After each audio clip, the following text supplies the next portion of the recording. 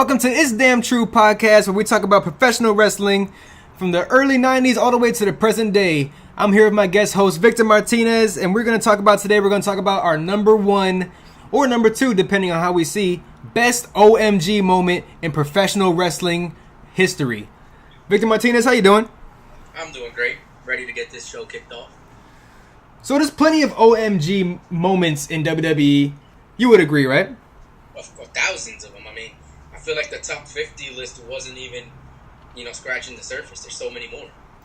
So when I think of OMG, I think of, I know a lot of people are going to think about spots, like great spots of like Jeff Hardy falling off a 20-foot ladder, or even anything that has to do with a fire table spot. But when I think of an OMG moment, I think of a moment that lives with you forever in professional wrestling that you did not see coming, or just gave you goosebumps, and that moment that you got to go into YouTube and you got to relive over and over again, because it still trips you out to this day. You're like, oh my god, I cannot believe that happened.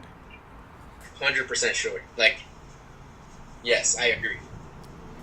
So when I think of OMG moments, I'm just going to go out there and give my two OMG moments. Couldn't choose between them both, but I'm going to try to choose between them both before the end of this podcast.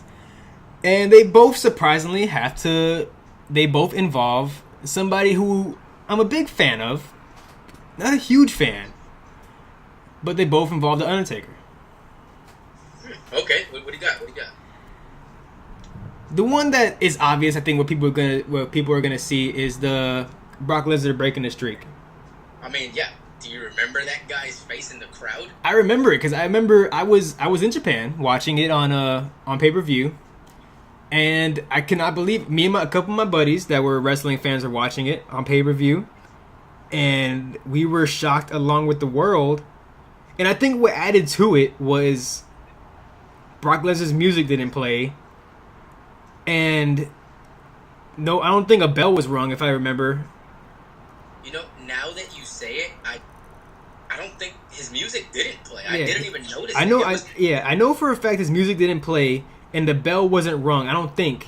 Somebody correct me on that in the comment section, but I don't think the bell was rung, which added to the atmosphere of holy shit, did that just happen? Was the referee supposed to do a 3 count? Was Undertaker hurt and just forgot that he had to kick out? Yeah, I actually remember seeing all over Facebook there were conspiracy theories saying that Brock was fired for breaking the script. Yeah, and I even heard that Paul Heyman, when Brock came back, Paul Heyman did like a little promo somewhere. It wasn't in wrestling, but he did a promo that he was like, you know how Paul Heyman's so good on the mic that Paul Heyman was just fucking with the crowd, so he has them thinking along with everybody that's watching on YouTube. But Paul Heyman was saying that he was like, Brock Lesnar does what Brock Lesnar wants. And Brock Lesnar is such a draw and such a big money maker for WWE. If Brock Lesnar wants something, he's going to take it. So he was like, I think he said something like, so Brock Lesnar knows that, yeah, if he goes off script and beats the streak when he wasn't supposed to, Vince McMahon, first reaction will be to probably fire him. But how can you fire the guy who's now he's not only the best moneymaker, but he's the hottest shit in WWE right now, obviously, because he broke the streak. Yeah. Or else now you're just throwing away Undertaker, saying his streak means nothing, because the guy who just beat it is off TV. Like, Undertaker, the guy that's been undefeated forever, and that's Vince McMahon's homeboy. Like, but that's the easy one. My personal OMG moment involves The Undertaker again, where WrestleMania 25, arguably greatest match ever, Shawn Michaels versus Undertaker Part 1. Shawn Michaels versus Undertaker Part 2, just as good. I think it was actually even better, but I think the fact that lightning already struck, that's the closest you can ever get to lightning striking twice in the same place, I think, that we've ever seen. So Undertaker retires my childhood hero, my favorite wrestler of all time, Shawn Michaels. But I kind of saw it coming. Shawn was getting up in age, so it wasn't that hard of a pill to swallow, because I kind of did see it coming. I was like, I don't think, knowing Shawn and Undertaker, I think they want to put some younger talent over. So I kind of saw that Shawn was going to retire, so I was ready to accept it. So Triple H, the other half of DX, Shawn's boy, facing Undertaker at WrestleMania 27. Doesn't beat him, but he beats him enough that Triple H is the guy that's walking out of the ring. Undertaker's hurt. Oh, like the loser actually looks like the winner. Blah blah blah. It wasn't until WrestleMania 28, the whole end of an era match. Shawn is back as special guest referee. My favorite wrestler of all time is coming back. Holy shit! Against the guy that retired him, and now his best buddy Triple H. The last three guys, arguably, I know Shawn is retired, but Triple H and Undertaker, besides like Kane and a couple of them, but the really big stars of the Attitude Era, those are really the last three in that ring together, like the top guys. And the OMG moment that happened for me, and I'm pretty sure people can see it now, is when Shawn hit Undertaker with that Sweet Chin Music in the match, and Triple H hit him with the pedigree right after. I thought that was it. I was like, holy shit, that's it. That's the ultimate combo that nobody's ever kicked out of. And it happened so quick that you're like, just like, I think it was, oh shit, and then, oh, like the pedigree comes right after it. So it's like a double, oh my fucking god. It was just such good goddamn storytelling. Because it was like 3 OMG moments back to back. Boom, super kick, oh my god. Pedigree, oh my fucking god. The referee's going down for a 3 count, and then he kicks out. Oh my fucking god. Obviously, my top OMG moment goes to WrestleMania 28. Undertaker kicking out of the Sweet Chin Music and the pedigree. My number 1 OMG moment in professional wrestling history. That's a good one. You know, that gives you that WrestleMania feel that every WrestleMania has its moment. Every WrestleMania has, even if it's not a great WrestleMania, it has that one moment that stays in your mind as in, I remember this WrestleMania, this happened, or this WrestleMania, this came up, you know, and that's a good one. That definitely, to me as well, defined that night. So, going into my OMG moment, you know, you've got the big ones. You've got, you know, Mick Foley being thrown off the cell, and it's not like he got thrown off the cell once, you know. He climbed back up. I don't know what's wrong with this man. That was pretty insane. And then gets chokeslammed and drops through. But that's still not my oh my god moment. Just a shout out to that. Then I like the fact that you gave it a shout out, by the way. Thank you, because I don't want nobody thinking like, oh, how the hell did they not put the King of the Ring '98 on there? Like, we know that it was an OMG moment, but we're trying to think out of the box here. You know, we're grown. Yeah, that's when we were kids. So also, a lot of people forget, like, you know, they focus on him being thrown off the cage down to the table, but it's almost overlooked that he came back. Yep. He came back and his tooth was in his nose. I can't. I'm an 8-year-old kid at the time watching this. Like, I shouldn't be watching this. This is not normal. They gave us that infamous picture of Mick Foley, which I think I had the magazine cutout was taped on my wall of Mick Foley. That picture, the tooth in his nose of him smiling. That's a great moment. But like you said, we're thinking outside the box, and you know, I was thinking of Brock beating the Undertaker. You know, like you said, the music doesn't play. The crowd is dead silent. The guy, I don't even. You can just YouTube or Google the Undertaker guy, and you'll see his reaction. Yep, the black guy, the fat black guy with the big eyes. Yeah, he got free tickets to the next show and met Taker and Triple H after the show, you know, just because he went so viral.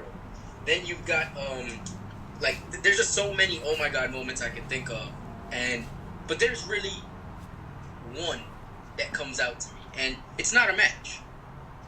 It's something that happened that when it did, I felt like my childhood crumbled. I felt like wrestling turned its back on me. I felt like Vince himself came into my house and put his old, however old he was, middle finger in my 10-year-old face and just smashed it there repeatedly. You got my attention. It was when Stone Cold joined the corporation. Oh, you're taking it back. That there, to me, it's like I'm talking about it now, and I'm getting goosebumps. Like, you know, this is the guy that fought Vince tooth and nail. He fought Vince on everything. And you've got The Rock, who he turned on the fans. He became the corporate champion. He was the guy. Everything was Rock this. The Rock would never lose. They would interfere all the time and make sure The Rock kept that belt. And then the match, and Austin turns his back. And you know, and you're like, I will oh I will my God. defend you on that one too, because you are that is your favorite wrestler is The Rock. Yeah. So obviously you're going for The Rock, and 100% going for the Rock. yeah, you're going for The Rock, and you're like, holy shit! Not only did The Rock lose, but he left in a bolt. How the fuck is Mr. McMahon gonna make my Rock, my Rocky Johnson? I've been the corporation. I'm The Rock, the corporation. So I'm kind of imagining your 10-year-old self just sitting there, like, what the fuck is going on? I legitimately felt like Vince McMahon came to my house and stuffed his middle finger in my face and was like, never watch the show again because fuck you.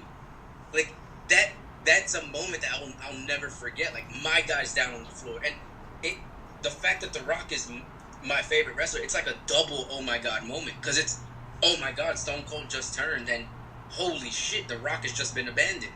Like, you know, a lot of people focus on the fact that, yeah, Austin turned, but you also got the aspect of The Rock put everything into that. And you would have never thought The Rock, he was the best heel that you've got. It was almost a flip-flop. It was a baby face and a heel turn at the same time. And I think a lot of people, I know a lot of people talk shit about Stone Cold turning heel and saying that it didn't work, or he should have stunned Vince McMahon. Like, after he won the title, stunned Vince McMahon. That's classic Steve Austin.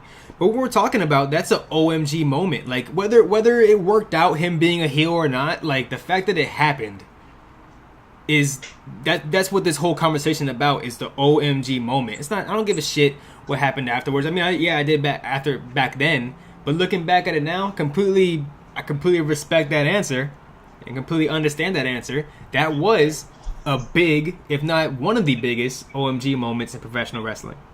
And I want to give a shout out to another OMG moment. It's not up there for me really, but it's very overlooked because, again, it's another Attitude Era moment. But Mike Tyson turning on Shawn.